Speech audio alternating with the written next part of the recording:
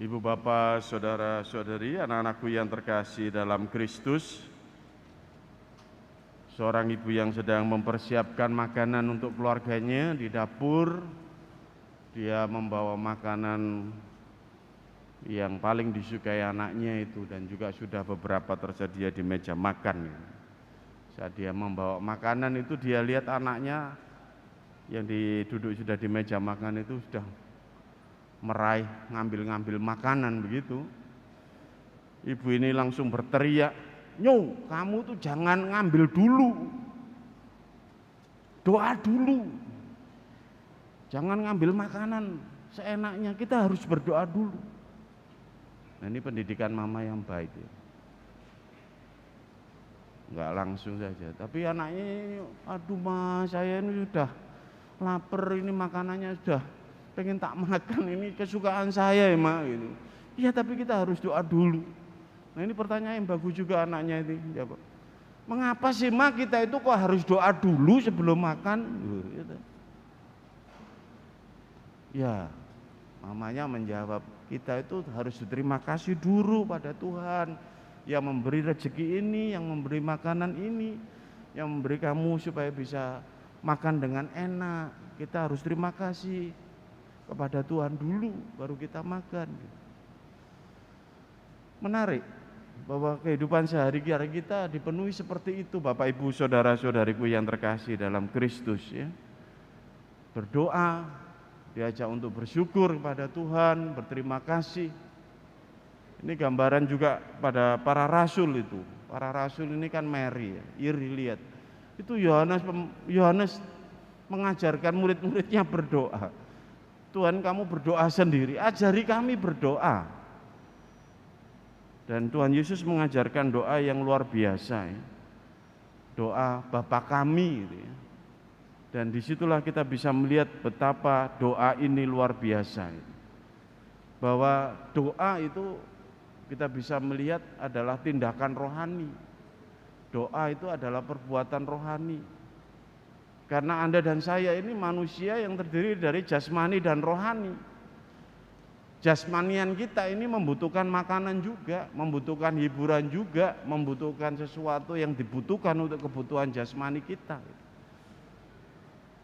Tapi tidak hanya itu kan, rohani kita juga itu membutuhkan yang memang dibutuhkan oleh kebutuhan tubuh rohani kita. Yang paling utama ya doa. Dengan rohani kita mengakui sungguh bahwa kehidupan kita itu kekal. Kehidupan kita itu diikat oleh sesuatu yang lebih tinggi daripada sekedar kehidupan jasmani di dunia ini. Maka doa itu bukan sia-sia. Doa itu bukan perbuatan dan tindakan yang seperti sulapan begitu atau pantomin begitu. Doa adalah ungkapan rohani kehidupan kita kepada Allah kita, kepada Tuhan yang kita percayai, kepada Dia yang menciptakan kita dan kepada Dia yang sungguh-sungguh menyediakan kehidupan kekal bagi kita. Dan disitulah makna doa yang luar biasa. Sehingga kalau memang kita merasakan betul dalam doa, saya merasa tenang, saya merasa damai, saya merasa teduh, saya merasakan kemudian ada kekuatan baru, ya karena kerohanian kita itu, bukan karena kejasmanian kita. Nah, Bapak, saudara-saudara yang terkasih, kembali kepada doa yang diajarkan oleh Yesus sendiri kepada kita. Ini adalah menjadi doa yang paling utama kalau saya menyebut secara pribadi. Karena doa yang diajarkan oleh Tuhan sendiri. Sehingga Dia hadir di dalam doa, di dalam Ekaristi. Ini bukan doa yang diajarkan oleh santo-santa. Ini juga bukan doa yang dikarang oleh teolog, bukan. Oleh seorang pendoa saja, itu juga ini doa dari Tuhan sendiri. Nah, seringkali kita tidak terlalu menghormati dan menghargai doa Bapa kami ini. Itulah doa diajarkan katekis, bukan. Katekis itu belajar mengajarkan, karena doa yang diajarkan oleh Tuhan Yesus sendiri. Bahkan doa yang diminta para muridnya dan Tuhan sendiri yang mengajarkan. Menurut saya ini doa yang tidak panjang dan tidak pendek, doa yang sangat sederhana tapi ya kuasanya luar biasa. Apa yang kita bisa melihat ini dalam makna doa Bapa kami itu? Pertama, Anda dan saya itu diajak untuk melihat identitas kita itu. Siapa kita di hadapan Tuhan? Anda dan saya ini anak-anaknya. Sehingga menyebut Allah itu sebagai Bapa. Papaku, Bapakku, gitu ya. Bukan karyawan, bukan bos, bukan atasan, bukan. Kita ini keluarga Allah itu, Bapa kami yang ada di surga itu pertama sudah jelas identitas kita itu siapa. Dia adalah Bapa kita dan kita ini anak-anaknya, kita keluarganya gitu. Ya. Maka tidak ada doa Bapa kami diajarkan Allah yang maha besar, Allah yang maha tinggi, Allah yang maha, enggak. Dia Bapakku. Yang kedua diajarkan memuliakan dia, hanya dia yang mulia, dimuliakanlah namamu. Sehingga kita bisa merasakan betul dengan kerendahan hati, saya mengakui Tuhan, Engkau yang paling mulia dalam kehidupanku seutuh-utuhnya ini, sepenuh-penuhnya ini. Ya. Lalu ada hal yang lain yang kita bisa melihat ya. Jadilah kehendakmu kalau kita melihat dalam versi yang lengkap doa Bapa kami yang dalam kitab suci yang dalam Injil yang lain kita bisa melihat datanglah kehendakmu, jadilah kehendakmu, datanglah kerajaanmu, jadilah kehendakmu di atas bumi seperti di dalam, supaya kehendakmu Tuhan yang terjadi, bukan kehendakku. Kemudian apalagi? Berilah kami rezeki pada hari ini. Dan itu menunjukkan betul kalau mengatakan rezeki itu kan usaha kami, kan studiku, aku hasil kerjaku itu kan hasil proyekku, aku hasil bisnisku toh Romo. Ya enggak, dalam doa Bapa kami ditunjukkan betul rezeki itu dari Tuhan. Berilah kami rezeki pada hari ini. Sehebat-hebatnya kita kalau Tuhan tidak mau kasih rezeki juga tidak akan kasih. Tapi kalau sungguh Tuhan betul dengan kasih-Nya melihat anak-anaknya yang membutuhkan seperti yang dikatakan ini. Masakan seorang bapak memberikan kalajengking kepada anaknya yang minta roti. Masakan dia memberikan racun ya. Masakan dia memberikan ini yang jelek. Enggak. Seperti bapak ibu itu kalau anak-anak Anda meminta itu pasti Anda akan beri yang terbaik. Kalau tahu itu enggak baik enggak akan diberikan. Ini Bapak yang sungguh tahu kebutuhan anak-anaknya. Yesus menjelaskan doa Bapa kami mengatakan Allah itu seperti itu. Lalu ditunjukkan juga Bapak Ibu Saudara-saudari yang terkasih makna berikutnya, pengampunan. Belajar untuk mengampuni sama-sama sebagai orang berdosa. Ya, ampunilah dosa kami seperti kami mengampuni yang bersalah kepada kami. Gitu ya. Ini mau menunjukkan betul bahwa kita ini tidak pernah lepas dari dosa dan kesalahan. Mulai bangun pagi sepanjang hari sampai mau tidur itu ada saja dosa yang kita buat. Baik sengaja tidak sengaja itu dosa kita buat begitu saja. Dan kita diajak untuk terus bisa mengampuni. Seperti Tuhan yang mengampuni kita ini. Makanya dalam bacaan kedua digambarkan kita itu telah dikuburkan dalam pembaptisan dan dosa-dosa kita yang telah kita buat itu telah ditebus oleh Kristus yang disalibkan gitu. Dan kita bisa melihat Bapak Ibu Saudara-saudari yang terkasih.